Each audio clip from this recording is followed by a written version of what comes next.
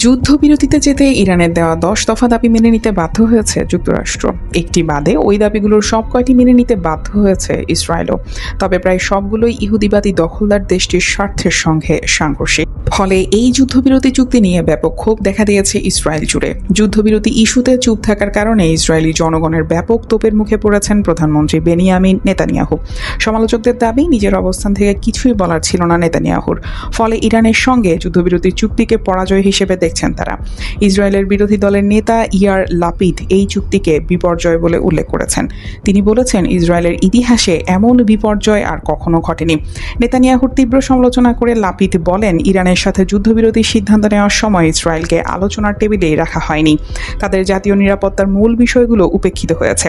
লাপিদের অভিযোগ, এই যুদ্ধে নেতানিয়াহু রাজনৈতিক ও কৌশলগত দুই দিক থেকেই চরমভাবে ব্যর্থ হয়েছেন। তিনি নিজে যে লক্ষ্যগুলোর কথা বলেছিলেন তার কোনোটি পূরণ করতে পারেননি। লাপিদ আরও বলেন, অহংকার, অবহেলা এবং কৌশলগত পরিকল্পনার অভাবে নেতানিয়াহু ইসরায়েলের যে কূটনৈতিক ও কৌশলগত ক্ষতি করেছেন তা মেরামত করতে বহু বছর সময় লাগবে। ইসরায়েলের জ্যেষ্ঠ সাংবাদিক নিথ জান শাপিরা যুক্তরাষ্ট্র ও ইরানের মধ্যে ঘোষিত 2 সপ্তাহের যুদ্ধবিরতি ইস্যুতে ইসরায়েলি কর্মকর্তাদের নীরবতায় ব্যাপক ক্ষোভ জানিয়ে বলেছেন, রাতে কি কোনো ইসরায়েলি কর্মকর্তা বা সূত্র জনগণের সঙ্গে কথা বলবে? তারা কি কিছু লিখবে, কোনো আপডেট দেবে, নাকি আমরা এখনও ইরানের সংবাদ সংস্থা তাসনিম এবং পাকিস্তান সরকারের মুখপাত্রের বক্তব্য থেকেই পরিস্থিতি জানতে থাকব? শাপিরারের বক্তব্য মূলত ইসরায়েলি প্রশাসনের তথ্য গোপন করার প্রবণতা এবং গুরুত্বপূর্ণ জাতীয় নিরাপত্তা ইস্যুতে জনগণের কাছে জবাবদিহিতার অভাবকে আঙুল দিয়ে দেখিয়ে দিয়েছে। তার এই প্রতিবাদ ইসরায়েলি সংবাদ মাধ্যম ও জনমনে নতুন করে আলোচনার জন্ম দিয়েছে।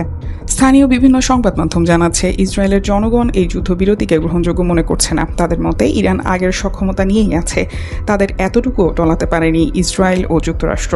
আল জাজিরার প্রতিবেদনে বলা হয়েছে, যুক্তরাষ্ট্র ইরানের মধ্যে যুদ্ধবিরতি চুক্তি মেনে নিয়েছে ইসরায়েল, তবে সরকারের পক্ষ থেকে যথাযথ ব্যাখ্যার অপেক্ষায় রয়েছে দেশটির নাগরিকরা। নেতানিয়াহু সহ ইসরায়েলের অনেক মানুষই এই যুদ্ধবিরতি মেনে নিতে বাধ্য হয়, খুশি নন। আল জাজিরা জানিয়েছে, ধারণা করা হয় ওমানের মধ্যস্থতায় চলা এর আগের যুদ্ধবিরতিগুলো আলোচনাগুলো ব্যর্থ করার পেছনে নেতানিয়াহুর বড় ভূমিকা ছিল। তিনি মার্কিন প্রেসিডেন্ট ডোনাল্ড ট্রাম্পকে উস্কে সংঘাতের পথে পরিচালিত করেছিলেন।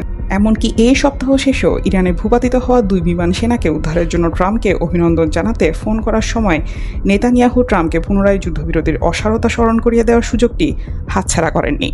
News desk, দুতিয়াল।